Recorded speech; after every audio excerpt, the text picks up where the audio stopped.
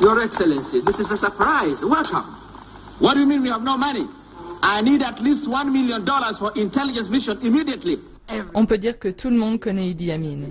Plus il se sentait menacé, plus il était impitoyable. Pour le reste du monde, Idi Amin est l'incarnation de tout ce qui est sombre et sauvage dans l'imagerie de l'Afrique. Il tuait des gens, cet homme. Tous ceux qui se plaçaient sur son chemin, il les éliminait.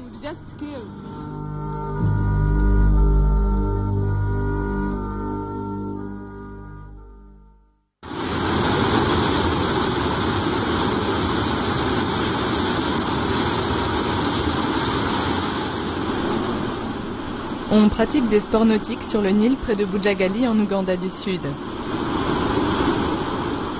La vitesse et la puissance de ces rapides attirent les touristes du monde entier. Mais il y a 40 ans, ce cours d'eau était connu pour une raison très différente. Le pays était alors gouverné par le président Idi Amin. Quand j'étais un enfant, marcher le long du Nil était vraiment effrayant, parce qu'on craignait à tout moment d'apercevoir un corps, un cadavre. Et souvent, parfois, quand on marchait le long de la rivière, on tombait sur un corps criblé de balles. En grandissant, j'ai aussi appris que Bujagali était l'endroit où l'on abandonnait les corps de ceux qui avaient été tués par Idi Amin.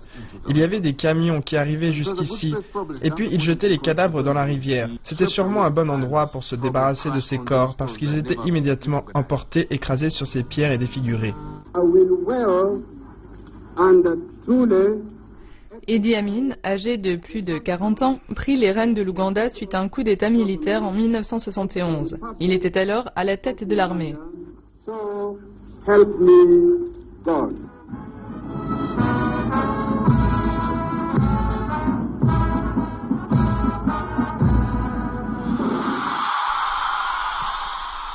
Des foules enthousiastes se sont amassées pour saluer le nouveau leader. C'est difficile de dire ça maintenant, mais oui, on était très heureux, très heureux, vous savez. Je pense que comme tous les jeunes gens, on espérait le changement. J'étais à l'université alors, il y avait des célébrations partout dans l'université et il a fait le tour ici dans une Jeep ouverte. Et nous, on le saluait dans la cité universitaire. Donc oui, il y avait de l'euphorie dans l'air, car à ce moment-là, on espérait tous que le changement serait positif. Idi Amin allait pourtant devenir l'un des dirigeants les plus infâmes du XXe siècle. Quelques 300 000 personnes auraient ainsi été tuées au cours des 8 longues années de sa présidence. Pour le reste du monde, Idi Amin est l'incarnation de tout ce qui est sombre et sauvage dans l'imagerie de l'Afrique. C'est dû à toutes ces histoires qui ont été véhiculées sur Amin, telles que le fait de boire du sang humain ou bien de garder les têtes de ses victimes dans des réfrigérateurs. Dans les années 1970, ces images horribles ont rappelé aux gens les pires exactions de l'Allemagne nazie et de tout ce qui est synonyme de mal, de sombre, de mystérieux, de menaçant, de primitif ou d'animal. Avec ses 1,91 m pour 100 kg, Idi Amin en impose. Pourtant, au départ, celui qui se faisait appeler Big Daddy, soit gros papa, a attiré l'attention sur lui pour des raisons fort différentes. Je pense que ce que les gens trouvaient de fascinant chez lui, c'était son côté très spontané. C'était celui qui se rendait sur place, qui se mélangeait à la foule, qui dansait avec eux ou qui participait à la fête. C'était quelqu'un qui partageait quelque chose avec le commun des mortels. C'était un homme du peuple. Il était sympathique, il était amusant, il pouvait chanter, il pouvait jouer de l'orgue. Il était très charismatique. C'était vraiment un personnage, comme on dit. Donc oui, il y avait deux côtés en lui.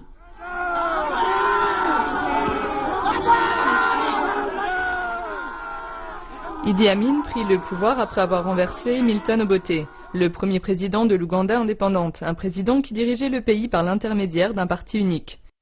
Les deux hommes avaient été autrefois alliés, mais étaient à présent des ennemis mortels. Ils étaient également originaires d'ethnies différentes. Amin était un Kakwa, alors qu'Obote avait le soutien des ethnies Lango et Acholi. Les membres de l'armée ougandaise et de l'armée de l'air ont décidé de remplacer le régime civil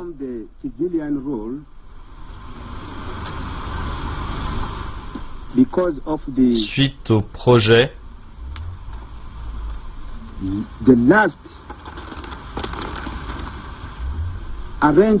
du docteur Apollo Milton Obote de désarmer toutes les tribus de l'Ouganda, à l'exception de celles qui le soutiennent, les Lango et les Acholi. Dès le début, Idi Amin a attiré l'attention des médias occidentaux. Comme il parlait anglais plutôt mal, il est devenu en quelque sorte un personnage de BD. Les journaux britanniques ont beaucoup contribué à forger cette image, mais en réalité, il était très intelligent. Il paraissait raisonnable et intelligent, et c'est pour ça qu'il est arrivé là où il est arrivé, en dépit d'un manque d'éducation qui était évident.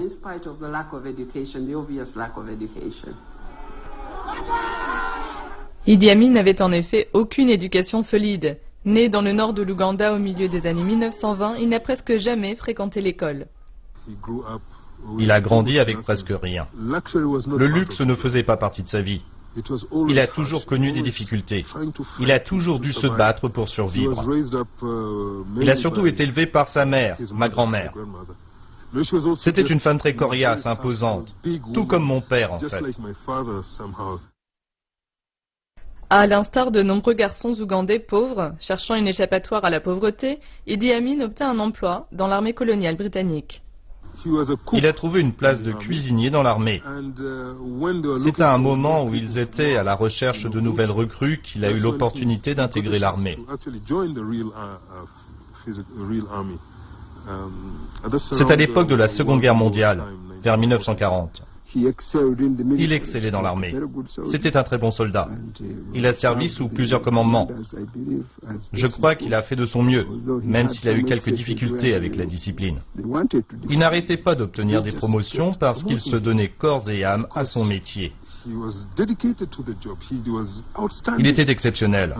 Et c'est pour cette raison que son ascension dans l'armée a été, comme on dit, foudroyante.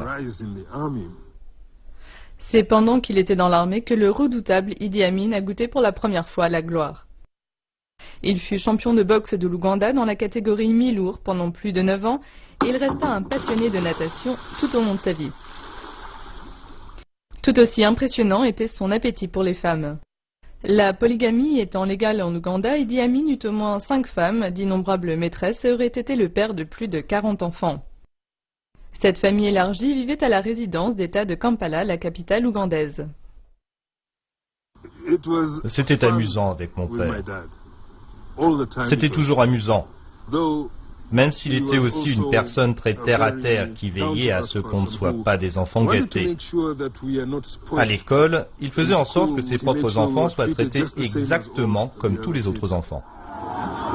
Bien que le coup d'État ait été très bien accueilli, l'autorité d'Amin allait être mise au défi à peine 1 an plus tard. Milton Obote avait trouvé refuge de l'autre côté de la frontière, en Tanzanie, où un certain nombre de ses partisans l'avaient à présent rejoint. Début 1972, des rumeurs circulaient que ces derniers étaient en mouvement. Sous la demande du docteur Apollo Milton Obote, les troupes tanzaniennes se préparent à attaquer l'Ouganda avec des armes chinoises modernes. C'est le message que j'ai reçu ce matin.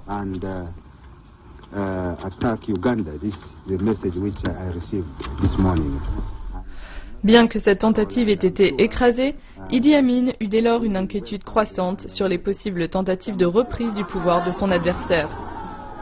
À présent, son manque d'éducation et son inexpérience politique étaient devenus on ne peut plus visibles.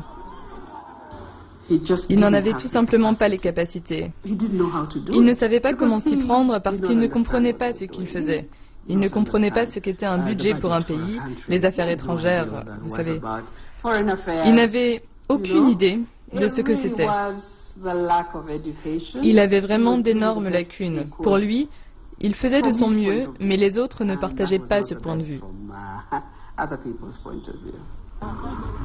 En 1972, Idi Amin, ce nationaliste autoproclamé, dévoile son projet de guerre économique contre ce qu'il appelle la domination de l'Ouganda par des étrangers.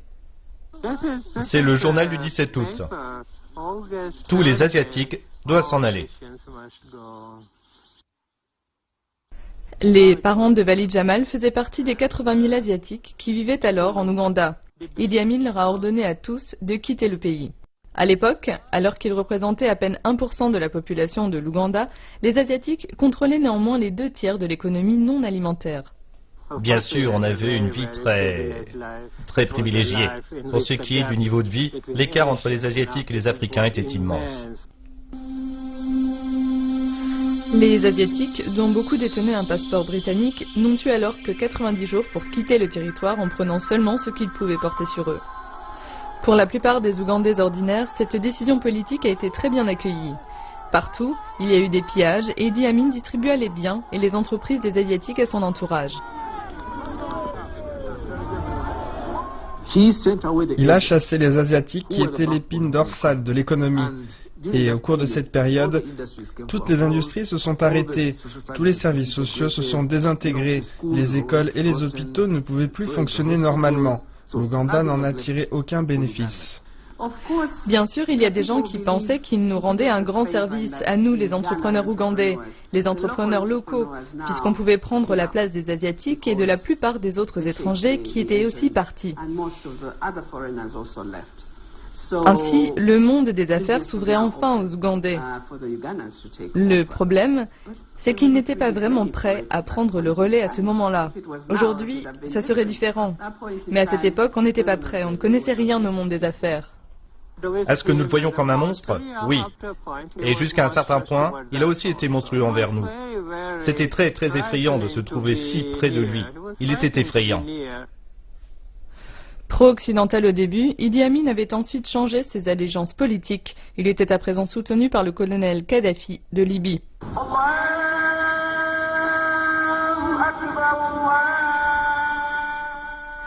Converti à la foi musulmane, Idi Amin déclara que l'Ouganda serait désormais un État islamique et réserva des terres pour la mosquée de Kampala qui devait être financée par Kadhafi lui-même.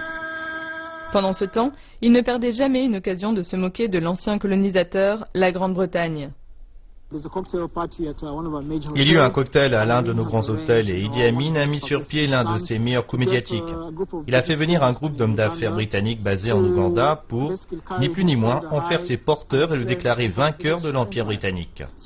C'était donc une mise en scène d'Idi Amin qui signifiait « Vous nous avez colonisés, mais puisque maintenant vous me servez de porteur, c'est moi votre maître. » La situation s'est inversée. Idi Amin, le flamboyant, se délectait visiblement de jouer avec les médias. On dit qu'il fut contrarié lorsque le président de la République centrafricaine, Jean Bedel Bokassa, l'a littéralement éclipsé lors d'une visite officielle. Lorsque Bokassa est venu ici, la poitrine couverte de médailles, ce qui devait bien peser, Idi Amin a pensé que c'était une bonne idée et s'est mis par la suite à l'imiter. Dans les années qui ont suivi, Idi Amin s'est ainsi décerné à lui-même de nombreuses médailles et autres titres fantaisistes.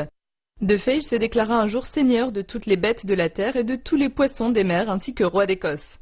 Des coups d'État tels que celui-ci ont fait que Idi Amin a souvent été dépeint comme un véritable pitre par les pays occidentaux. Mais en Ouganda, son régime politique n'avait pourtant rien d'une farce. Nos parents, on les entendait parler de gens qui disparaissaient, de gens que l'on tuait. Mais nous, on était jeunes et il y avait des choses qu'on ne comprenait pas. Mais ce qui est venu s'ajouter à cela, ce sont tous les événements dont nous avons été témoins à l'école, lorsqu'on entendait dire que certains enfants manquaient à l'appel, ou bien que leurs parents avaient fui ou avaient disparu. Vous dites qu'il n'y a pas d'opposition à votre politique dans ce pays pour le moment, mais beaucoup de gens à l'étranger disent que c'est parce que la plupart de vos adversaires ont été éliminés ou ont fui. Non, je pense que vous ne devriez pas écouter trop ce que disent les exilés. Vous ne devriez pas. Si vous voulez, vous venez directement en Ouganda et vous allez chercher votre représentant à Kampala pour qu'il puisse vous donner des informations précises.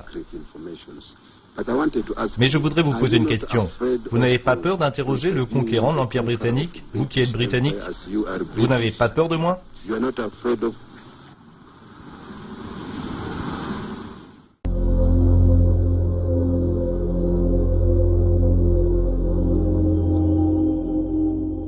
Parmi les symboles les plus forts du pouvoir d'Idi Amin, il y avait le State Research Bureau.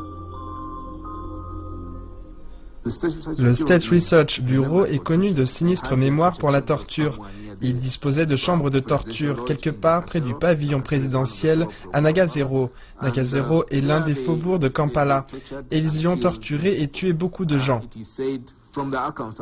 Il est dit dans les archives que j'ai lues qu'à la chute d'Idi Amin, tous les murs étaient tachés de sang. À présent, nous allons voir les chambres de torture d'Idi Amin. C'est très émouvant.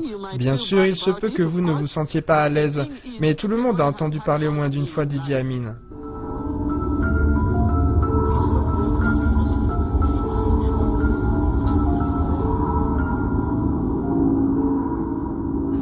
Aujourd'hui, les chambres de torture d'Idi Amin font partie du circuit touristique de Kampala. Il y avait aussi une autre porte coulissante métallique à l'extérieur, juste ici à la porte. Puis, juste à l'intérieur, il y avait aussi des portes coulissantes métalliques sur tous les côtés. Les prisonniers pouvaient aussi mourir d'électrocution.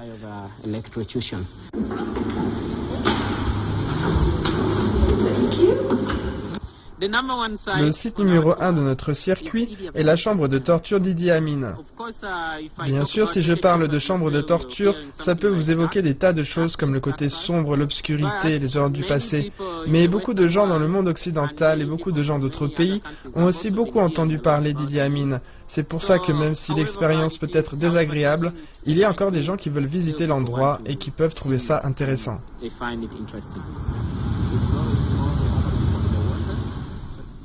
Quand on se trouve sur place et qu'on voit à quel point l'endroit est humide, sombre et effrayant, ça fait vraiment un choc de comprendre tout ce qui se passait ici. Ça laisse à penser qu'Idi Amin n'était qu'un dictateur brutal et sadique. Quand vous évoquez le côté sombre, je présume que vous voulez parler du meurtrier qu'il y avait en lui. Pour moi, un meurtrier, c'est quand je regarde un film d'horreur et que je vois un gars avec plein de sang sur lui et ce genre de choses.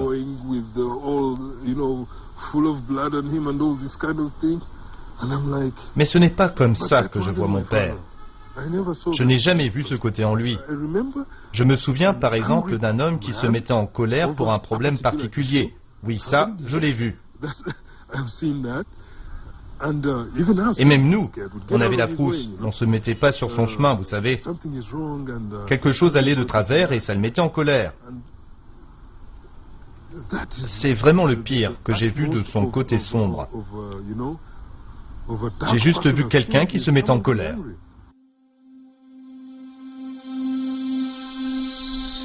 Des preuves sous forme de documents et des photos témoignent cependant de l'ampleur du massacre et des tortures qui ont eu lieu sous le règne d'Idi Amin. Si certaines personnalités figurent parmi les victimes, il y avait aussi et surtout des milliers d'Ougandais ordinaires. Au cours des purges régulières au sein des forces armées, les soldats soupçonnés de soutenir Milton Obote furent exécutés. D'autres furent assassinés pour leur argent, leurs biens ou leurs femmes. En Ouganda à cette époque, personne n'avait accès à ce genre d'images. Mais publiées dans d'autres parties du monde, elles provoquèrent un sentiment mêlé d'indignation et de fascination pour cet homme désormais connu comme le boucher de l'Ouganda. Derrière tout cela, il existait le mythe, la rumeur ou l'impression qu'Idi Amin avait un problème mental. De très nombreux rapports mentionnent la syphilis qu'aurait contracté Idi Amin dans sa jeunesse. C'est pour ça qu'il y a toujours eu ces interrogations sur sa folie, sa nature brutale ou sa syphilis. Était-il normal? Était-il fou? Le prétendu intérêt d'Idi Amin pour la sorcellerie et les rituels sanglants a épaissi le mystère. Ces solutions, il les trouvait par l'intermédiaire de sorciers, et vous pouvez imaginer le genre de message qu'il devait lui donner. Pour ce qui est de boire du sang, Amin en parlait plutôt avec des involtures. Il n'en parlait pas à moi directement, mais lors des conseils des ministres. Tout ce qui pouvait le rendre plus puissant, il en parlait.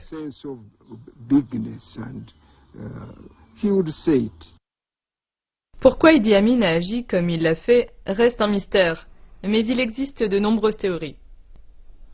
Plus il se sentait menacé, plus il était impitoyable. Plus il se sentait menacé, plus il lui prenait l'envie de faire des choses qu'il n'aurait pas fait autrement. Il n'avait pas la moindre idée de la façon de diriger un gouvernement. J'ai fait remarquer qu'il n'avait presque pas d'éducation. Et c'est pourquoi ce complexe d'infériorité a pu se transformer en brutalité. Comment voulez-vous vous en sortir avec des gens qui sont éduqués alors que vous ne l'êtes pas? Les gens disent qu'il était bon au début. Ils disent aussi qu'avec le temps, il a commencé à perdre le contrôle de son armée et qu'il s'est mis à dos beaucoup de gens et que le désespoir l'a gagné. La mort a frappé au cœur même de la famille d'Idi Amin. Ce fut celle de sa troisième épouse, Kay, la mère de Hussein Juruga. Je pense que ça a été une véritable tragédie.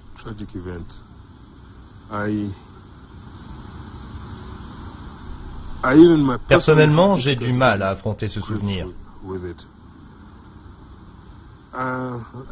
Je me souviens d'elle comme d'une personne très intelligente.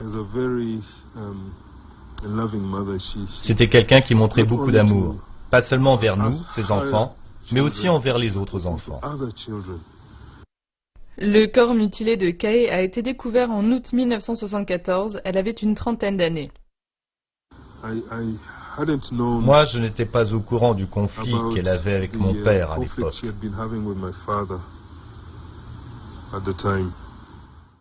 Les circonstances entourant la mort de Kay restent un mystère.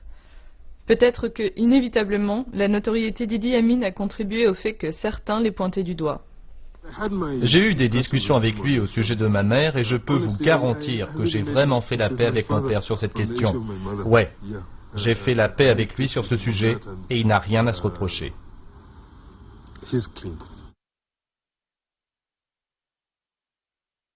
Mais au milieu des années 1970, il y eut au moins 2 tentatives d'assassinat contre Idi Amin. On dit alors qu'il était devenu obsédé par l'idée d'une contre-attaque lancée par Milton Obote. Puis en juillet 1976, Idi Amin subit une humiliation qui sera par la suite immortalisée entre autres au cinéma.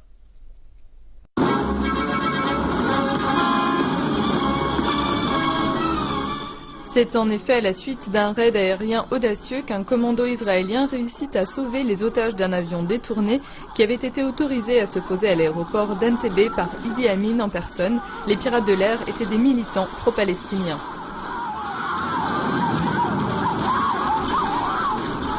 Lors de l'opération, les Israéliens tuèrent les pirates de l'air et détruisirent un quart des avions de chasse de l'Ouganda. Le raid sur Entebbe a mis au jour le fait qu'Idi Amin n'avait pas d'armée et que c'était un régime faible. Idi Amin avait la capacité de faire trembler le monde en parlant, mais en réalité il n'avait pas d'armée. Je peux confirmer que ça a été très dévastateur.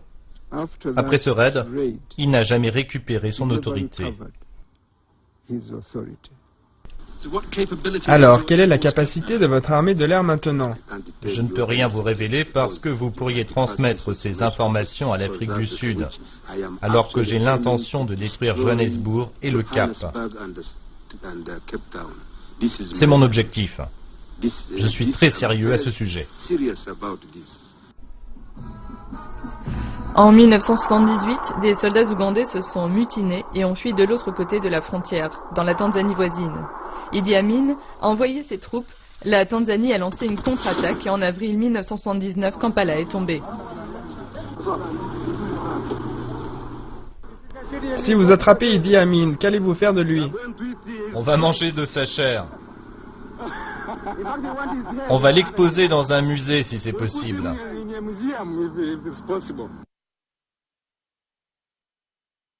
Mais Idi Amin ne fut pas capturé. Il parvint à s'enfuir d'abord en Libye, puis en Arabie Saoudite.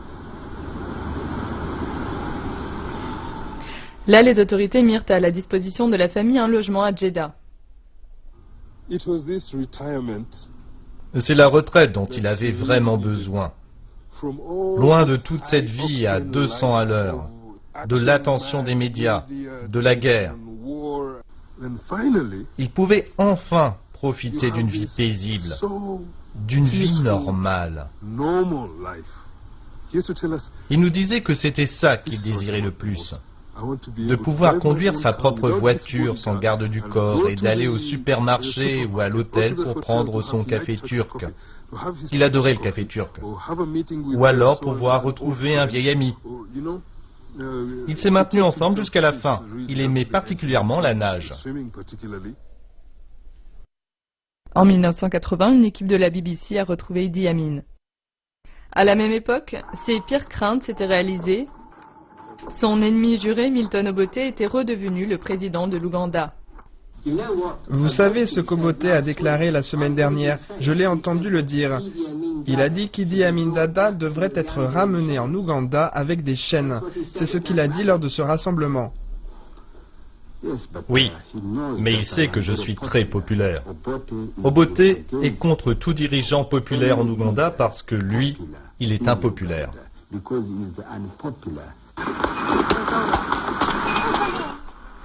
Même en exil, Idi Amin est resté sous les feux de la rampe. 1981 a vu la sortie du tout premier long métrage basé sur sa vie. Le film, qui dépeint l'ancien président comme une brute et un tyran, a été un succès populaire dans de nombreuses parties du monde. Une copie du film a même été vue par Idi Amin lui-même à Jeddah. Un jour, j'ai reçu un appel de mon directeur de production à Londres. Il a dit « Shara, tu ne le croiras pas.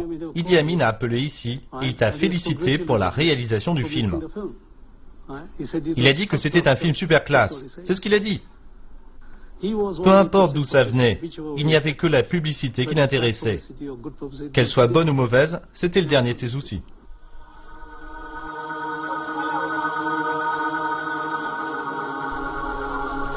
Idi Amin est resté en exil jusqu'à sa mort en août 2003. Il avait presque 80 ans et était hospitalisé depuis déjà un certain temps.